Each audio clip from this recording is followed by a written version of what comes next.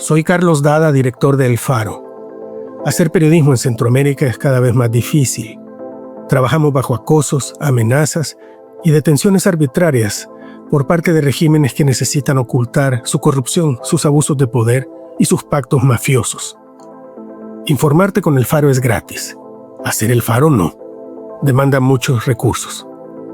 Si nuestro trabajo te parece importante, ayúdanos a seguirlo haciendo. Unite como suscriptor en nuestro programa de excavación ciudadana. Ingresa a apoya.elfaro.net. Gracias.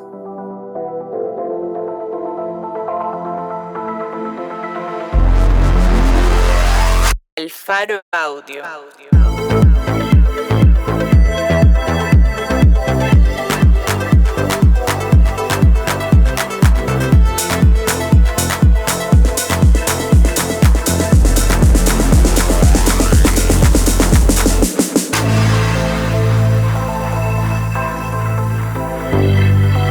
Hoy es 22 de enero 2026. Este es un artículo de Román Gressier, Juliana Ramazzini y Carlos Barrera, titulado Arévalo abre tercer año de gobierno bajo estado de sitio y enfrentado con el barrio 18, publicado en elfaro.net.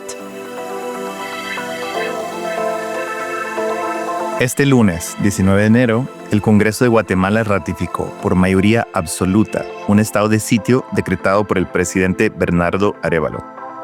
Esto después de 3 motines y el asesinato de 9 policías por el barrio 18 este fin de semana, que pusieron en relieve la creciente inseguridad en el país. El estado de sitio de Arévalo durará 30 días y permitirá a patrullas conjuntas de policías y militares realizar arrestos y allanamientos sin orden judicial. No negociamos con criminales ni toleramos acciones terroristas, afirmó Arévalo en cadena nacional el domingo por la noche, rodeado de sus ministros de Gobernación y Defensa. El estado de sitio de Arévalo llega a la semana que cumplió 2 años en el poder, en medio de una férrea pugna por las cárceles. Por la mañana del domingo, miembros del barrio 18 se alzaron simultáneamente en Renovación 1, el centro de detención preventiva de la zona 18, y Fraijanes 2, y tomaron a decenas de rehenes entre los custodios penitenciarios. Arévalo relató que las autoridades retomaron el control sin matar a ningún privado de libertad, pero que como represalia, la pandilla asesinó en las calles de la capital a 8 agentes de la Policía Nacional Civil. El lunes, tras la declaración del estado de sitio, en un recorrido por los barrios de zona 18 hasta el centro preventivo, la presencia policial era mínima. El único grupo de policías que patrullaba la zona advirtió a un grupo de fotoperiodistas: no se acerquen mucho a nosotros porque estamos bajo ataque y hay que tener cuidado.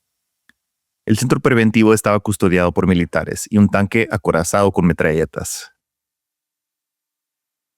De vuelta al centro de la ciudad, en zona 1, los militares y policías que no estaban en los barrios hicieron un fuerte despliegue enfrente del Congreso de la República. Afuera, columnas de soldados y patrullas militares recorrían el cuadrante del edificio. Al interior, los diputados discutían la ratificación del estado de sitio. De los 5 mecanismos en la Constitución guatemalteca para atender crisis nacionales, este es el segundo renglón más grave después de un estado de guerra. Y la ley del orden público lo reserva para actos de terrorismo, sedición, violencia grave o amenazas a la Constitución o seguridad del Estado.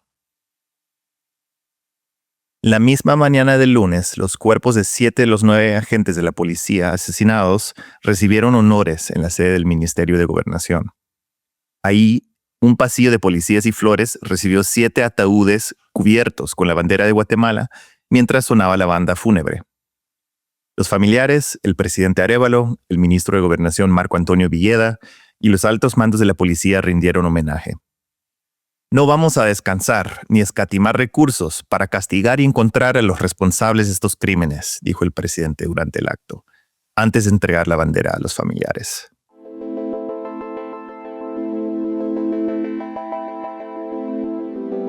Aunque el estado de sitio se ratificó con 149 de 160 votos a favor, algunos diputados de oposición responsabilizaron al gobierno de Arévalo por la inseguridad en el país. Ronald Portillo, del partido Vamos, el movimiento del anterior presidente Alejandro Yamatei, dijo que Arévalo y sus diputados afines han mentido y siguen mintiendo sobre la seguridad. Por el contrario, Boris España, otro miembro de la misma bancada, argumentó que la inseguridad no es culpa de Arévalo, sino de todo el Estado. El diputado Inés Castillo, de la UNE, el partido de la ex candidata presidencial y opositora Sandra Torres, afirmó que, aunque su bancada apoya el estado de sitio, el gobierno no va a poder capturar a ningún terrorista. Al mismo tiempo, el diputado Samuel Pérez, de Raíces, una facción de Semilla, el cancelado partido de gobierno, propuso una moción para indemnizar a las familias de los policías asesinados. El dinero proviene del fondo del Congreso y equivale a 300,000 quetzales para los familiares de policías fallecidos y 100,000 quetzales para los policías heridos. Se les entrega inmediatamente, aseguró Pérez. Con más de 140 votos, fue un tema de amplio consenso, declaró.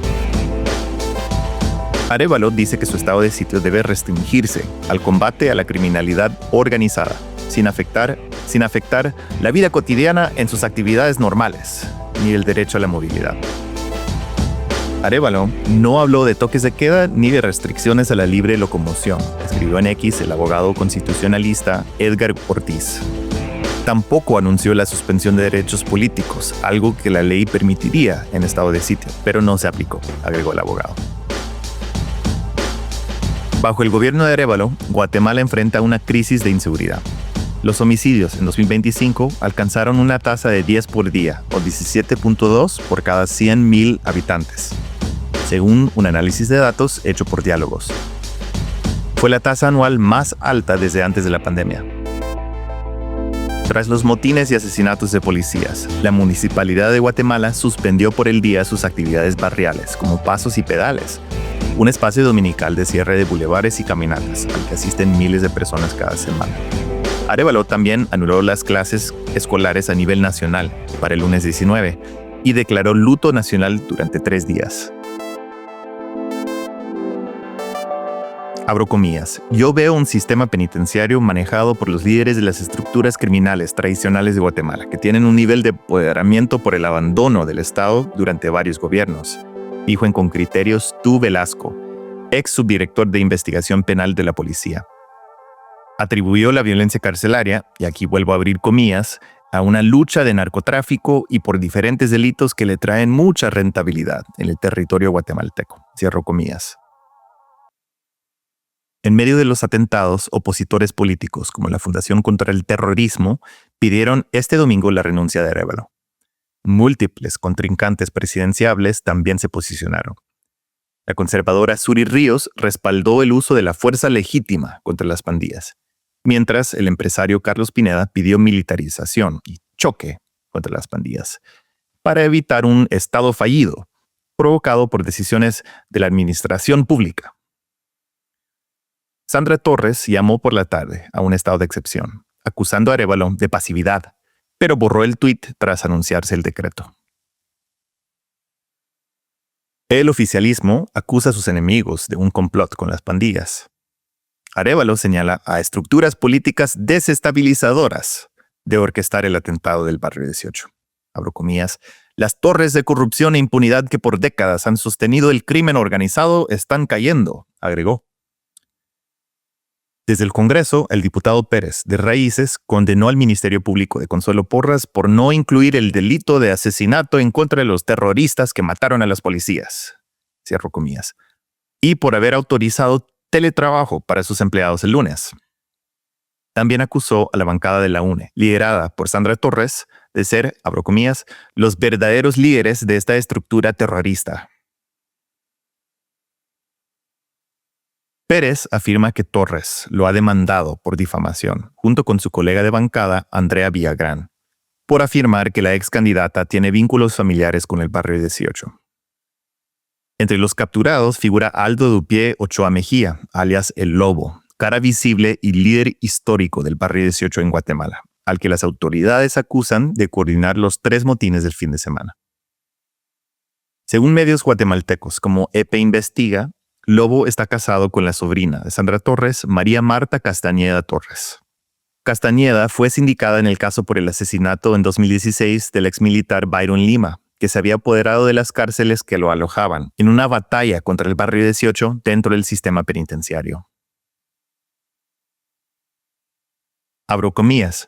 A pesar de que nos estamos muriendo los guatemaltecos, desde todas las banderas políticas, muchos mantenemos la rivalidad política y la lucha ideológica para aprovechar una crisis de esta envergadura y seguir en nuestra guerra de intereses, lamentó el comisario Velasco.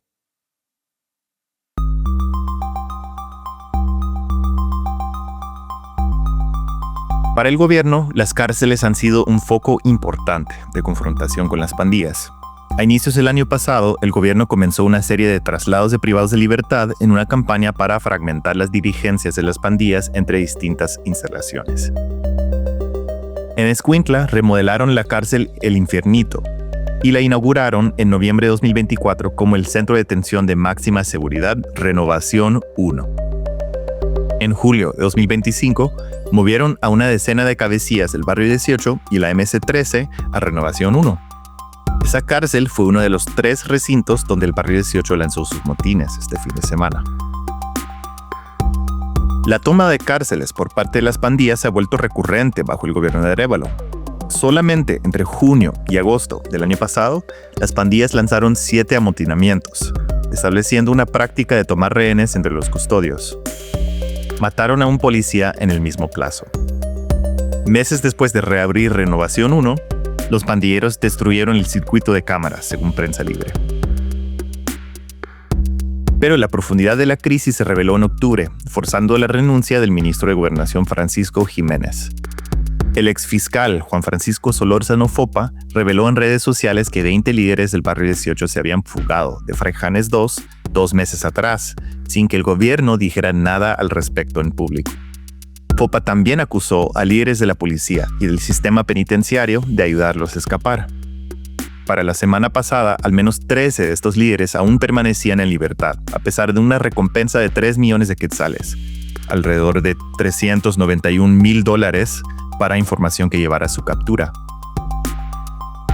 En su lugar, Arévalo nombró a Marco Antonio Villeda, un destacado juez antimafias y magistrado de apelaciones de mayor riesgo. La Corte Suprema de Justicia le permitió ausentarse de la judicatura hasta finales de abril para dirigir la cartera de gobernación. Villeda dijo esta semana que pedirá una prórroga. En los últimos meses, el endurecimiento de medidas contra las pandillas centroamericanas ha dominado los discursos regionales. En noviembre del año pasado, Arévalo firmó la ley antipandillas, aumentando las penas por extorsión, reclutamiento de menores y usura, y designando al Barrio 18 y a la Mara Salvatrucha 13 como organizaciones terroristas. Desde inicios de 2025, los gobiernos de Arévalo y Donald Trump en Estados Unidos establecieron una relación de colaboración. El lunes por la tarde, la Embajada de Estados Unidos condenó los atentados del fin de semana. Estos terroristas, quienes cooperen o estén vinculados con ellos, no tienen lugar en nuestro hemisferio, escribieron. Reafirmamos nuestro apoyo a las fuerzas de seguridad de Guatemala para frenar la violencia, agregaron. En septiembre de 2025, la administración de Trump agregó al Barrio 18 a su lista de organizaciones terroristas extranjeras, en la que ya estaba la MS-13 desde enero. En noviembre, aterrizaron en Guatemala miembros de la Fuerza de Tarea Conjunta Vulcan, una iniciativa del Departamento de Justicia para destruir a las pandillas en cortes estadounidenses. Al mismo tiempo, el gobierno de Trump obstruía el juicio en Nueva York contra dirigentes salvadoreños de la Mara Salvatrucha, a petición de Nayib Bukele, para desestimar cargos y anular acuerdos de cooperación con testigos clave, descartando años de trabajo de Vulcan. Frente al hacinamiento de las cárceles guatemaltecas, Arévalo ha propuesto construir una megacárcel en Izabal exclusivamente para pandilleros, suscitando comparaciones con el Centro de Confinamiento de Terroristas, o CECOT, en El Salvador. Ha encargado el proyecto al Cuerpo de Ingenieros del Ejército, con una primera fase de construcción que costará 450 millones de quetzales, alrededor de 58.7 millones de dólares, y prometió inaugurarla en octubre de este año. Pero la Corte de Constitucionalidad suspendió la entrada en vigor del presupuesto nacional en diciembre, citando irregularidades en su aprobación, que todavía no han sido corregidas. Mientras tanto, crece la presión sobre Arévalo, que prometió respetar los derechos humanos, para que implemente mano dura como Bukele en El Salvador. Este sábado, un día antes de los motines, Bukele publicó en su cuenta de X: No puedes solucionar el crimen con educación y oportunidades. A los criminales solo les puede parar por la fuerza. Elon Musk, dueño de la plataforma y exfuncionario del trumpismo, respondió: es verdad.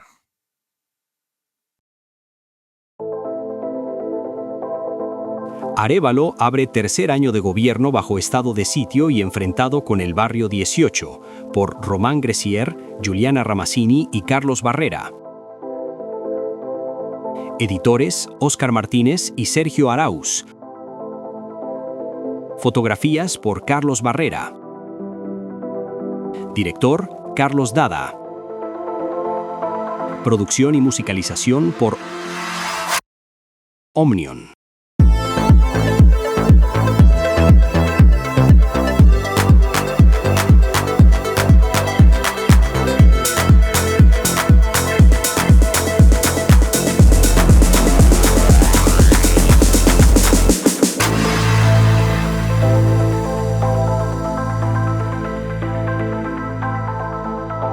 El Faro Audio.